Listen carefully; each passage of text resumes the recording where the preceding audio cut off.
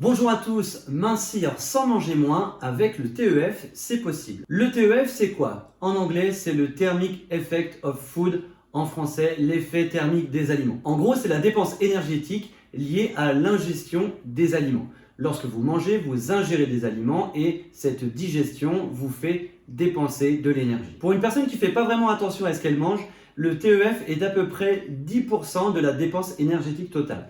Mais il faut savoir qu'on peut le faire grimper jusqu'à 25%. Donc si tu fais bien le calcul, tu peux augmenter ta dépense énergétique totale de 15% supplémentaire grâce à ce fameux effet thermique. Et je vais t'expliquer comment. Il y a 3 facteurs liés au TEF. Le premier, c'est le pourcentage de masse grasse. Le deuxième, c'est la tolérance aux glucides. Et le troisième, c'est le type d'aliment que vous allez manger. Concernant le premier, le pourcentage de masse grasse, effectivement, une personne qui est en surpoids, plus vous allez être en surpoids et plus le TEF va être réduit par rapport à une personne plutôt sèche. Ça, c'est lié à la combustion des graisses. Plus vous avez de graisse à disposition sur votre corps et moins votre corps va être efficace lorsque vous mangez de nouvelles graisses. Le deuxième des facteurs, c'est la tolérance aux glucides. En effet, encore une fois, lorsque vous êtes en surpoids, eh bien, vous allez avoir une moins bonne tolérance aux glucides qu'une personne plutôt sèche.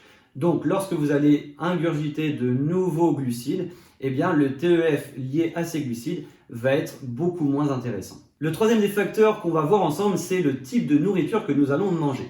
En effet, beaucoup d'études ont montré que lorsque vous avez un repas constitué des 3 macronutriments, donc je rappelle glucides, lipides et protéines, eh bien l'effet thermique va être beaucoup plus important que si vous mangez simplement des glucides, simplement des lipides ou simplement des protéines. Un dernier point qu'on va voir ensemble sur le type de nourriture à manger. Il y a eu des études de fait et ils ont mis en opposition du cheddar industriel avec du pain industriel contre du cheddar artisanal avec du pain artisanal.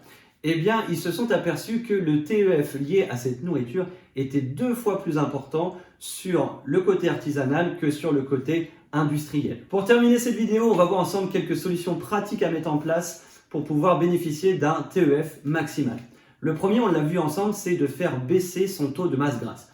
En effet, toutes les études le montrent, ce n'est pas du tout optimal d'avoir un taux de masse grasse élevé. Donc, en premier, baissez votre taux de masse grasse. La deuxième des solutions qu'on va voir ensemble, c'est simplement se diriger vers de la nourriture artisanale, ou on pourrait appeler ça des aliments entiers, non transformés, plutôt que des aliments industriels. La dernière des solutions qu'on voit ensemble, c'est la constitution des repas. Donc, composez vos repas des 3 macronutriments à chaque fois, donc glucides, lipides et protéines. Attention aux régimes qui vous font enlever une des 3 macros en général, c'est voué à l'échec. Voilà ce que je pouvais vous dire sur le TEF, l'effet thermique des aliments. J'espère que ça pourra vous aider au quotidien. Merci de m'avoir écouté. Je vous dis à très bientôt pour une nouvelle vidéo. Et d'ici là, impose ton style et change tes habitudes.